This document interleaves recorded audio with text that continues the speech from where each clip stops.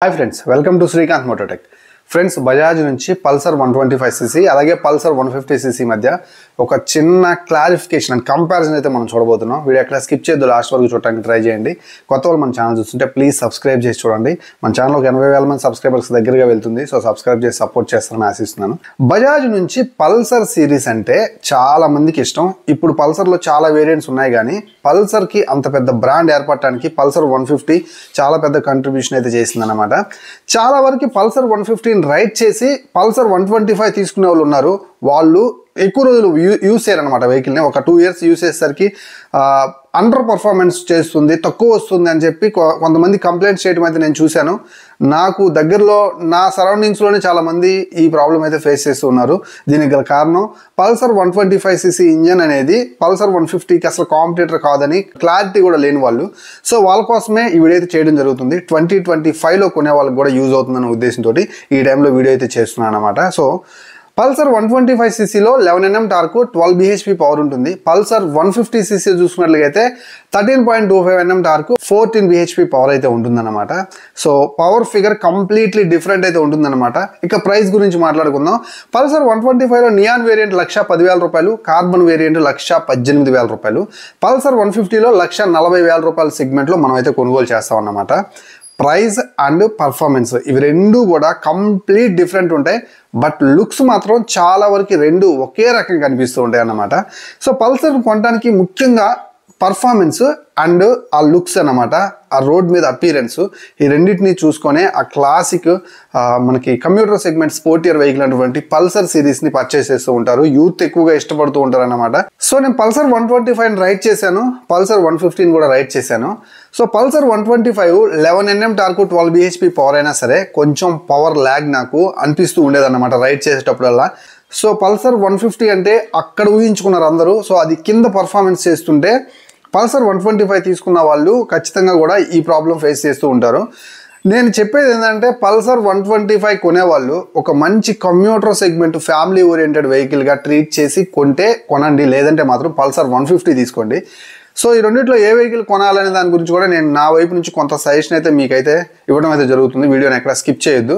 So Pulsar 125 computer segment family oriented వెహికల్గా కొనే వాళ్ళు అయితే మాత్రం 1,10,000 రూపాయల సెగ్మెంట్లో బేస్ వేరియంట్ అయినటువంటి పల్సర్ 125 నియాన్ వేరియంట్ అయితే తీసుకోండి. 11 Nm torque, 12 bhp power, top speed వచ్చేసరికి 105-110 కిలోమీటర్ల స్పీడ్ అయితే వెళ్తుంది. అండ్ 60 స్పీడ్లో క్రూజ్ చేసుకున్నట్లుగా అయితే ఈ వెహికల్ మీకు మంచి మైలేజ్ కూడా ఆఫర్ చేస్తుంది అనమాట. అండ్ ఫ్యామిలీకి చక్కగా సూట్ అవుతుంది. ఫ్యామిలీని దించిన తర్వాత మీరు రోడ్ మీద వెళ్తున్నప్పుడు మీరు ఆ పబ్లిక్ అటెన్షన్ని గ్రాప్ చేయొచ్చు అనమాట. అండ్ లుక్స్ కూడా చాలా బాగుంటాయి. కాబట్టి నేనైతే ఇంతవరకు ఇష్టపడే ఒక 60 మినిమం స్పీడ్ మెయింటైన్ చేసుకుంటూ ఫ్యామిలీ కోసం అయితే మాత్రం వెహికల్ని నేను డైలీ అప్ అండ్ డౌన్ ఒక 100 కిలోమీటర్ లోపల ట్రావెల్ చేసే వాళ్ళకి నేను పల్సర్ 125 సజెస్ట్ చేస్తాను. అండ్ మీ బడ్జెట్ స్ట్రిక్ట్లీ 1,10,000 రూపాయలు, 1,00,000 రూపాయలకి దగ్గరలో ఉంటేనే. సో ఒకవేళ మీరు పెట్టుకోగలుగుతాను అండ్ నాకు కొంచెం పర్ఫార్మెన్స్ కూడా ప్రయారిటీ ఉంది అనుకునే వాళ్ళు అయితే మాత్రం బజాజ్ నుంచి పల్సర్ 150cc తీసుకోండి. 13.25 Nm టార్క్, 14 bhp పవర్. ఈ వెహికల్ మీద ఎక్కి కూర్చొని వెళ్తూ ఉన్నప్పుడు ఆ పర్ఫార్మెన్స్ చాలా ఇంప్రెసివ్గా ఉంటుందన్నమాట. సో పల్సర్ 150 1,40,000 రూపాయల ప్రైస్ సెగ్మెంట్లో ఉంటుంది.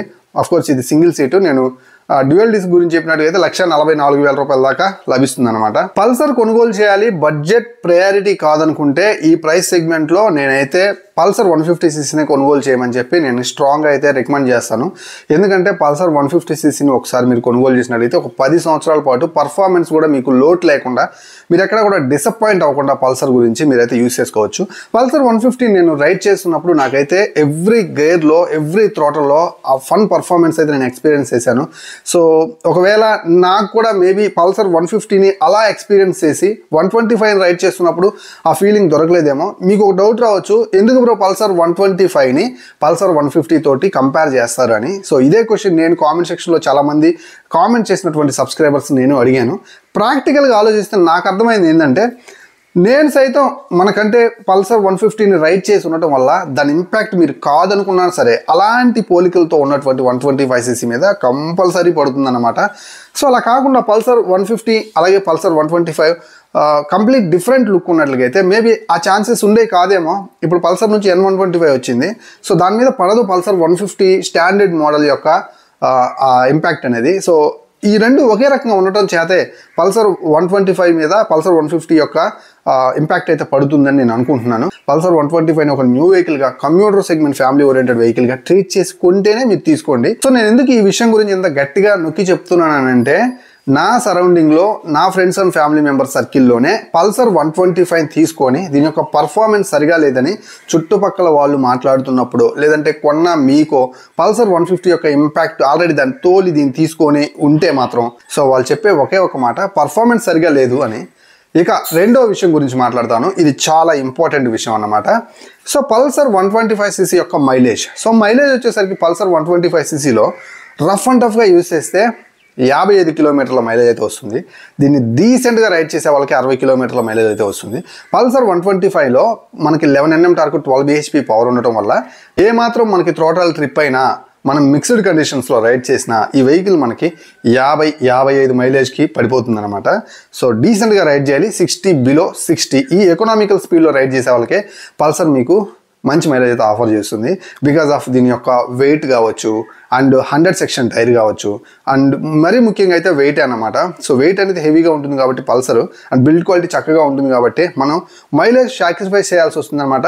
సో ఫైనల్గా ఈ వీడియోలో నేను స్పెక్స్ గురించి అసలు మాట్లాడలేదు, ప్రైస్ అండ్ పర్ఫార్మెన్స్ గురించే మాట్లాడుతున్నాను. సో నేనేం చెప్తున్నానంటే, ఫైనల్గా పల్సర్ 125ccని commuter segment vehicle, family oriented vehicle ₹1,00,000 దగ్గరలో కొనుగోలు చేయాలనుకున్నట్లయితే ఈ ప్రాస్పెక్టివ్లో చూడండి. అప్పుడు మీకు మంచి వెహికల్గా ఇది నిలబడుతుంది అనమాట. సో ఫ్యామిలీని దించిన తర్వాత కూడా మీకు రోడ్ మీద ఒక మంచి ఆ పల్సర్ ఓరియంటెడ్ లుక్ అయితే మాత్రం పబ్లిక్ నుంచి అటెన్షన్ గ్రాప్ చేయగలుగుతారు, అండ్ ఆ లుక్ ఫీల్ అవ్వగలుగుతారు. సో అలా కాకుండా పర్ఫార్మెన్స్ ఓరియంటెడ్ వెహికల్గా చూస్తూ కనుక 125cc పల్సర్ని కొంటే డిసప్పాయింట్ అయితే అవుతారనమాట. దయచేసి అలా ట్రీట్ చేయొద్దు.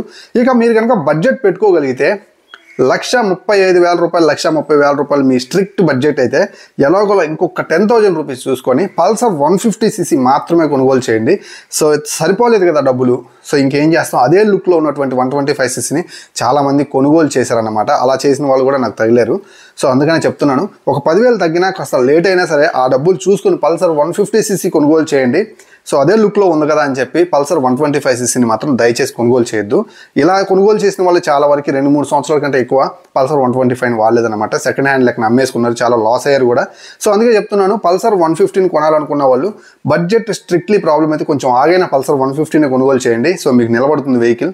ఈ రెండు వెహికల్స్ యొక్క సస్పెన్షన్ కావచ్చు, సీట్ కంఫర్ట్ కావచ్చు, బిల్డ్ క్వాలిటీ కావచ్చు, అండ్ ఎవ్రీథింగ్ కూడా చాలా అంటే చాలా బాగుంటాయి అన్నమాట. సో ఎక్కడ మీరు డిసప్పాయింట్ అవ్వాల్సిన అవసరం అయితే లేదు.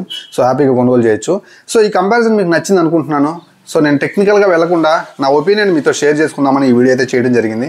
ఇలాంటి మంచి ఇన్ఫర్మేషన్ కోసం మన ఛానల్ ఇప్పుడే సబ్స్క్రైబ్ చేసుకోండి, అండ్ లైక్ చేసే వీడియో చూస్తున్నారని మనస్ఫూర్తిగా ఆశిస్తున్నాను. మరో మంచి వీడియో అలాగే అప్డేటెడ్ ఈ 2 వీలర్ కంటెంట్ కోసం మన ఛానల్ని చూస్తూనే ఉండండి. నేను మీ Srikanth, signing off. Bye by.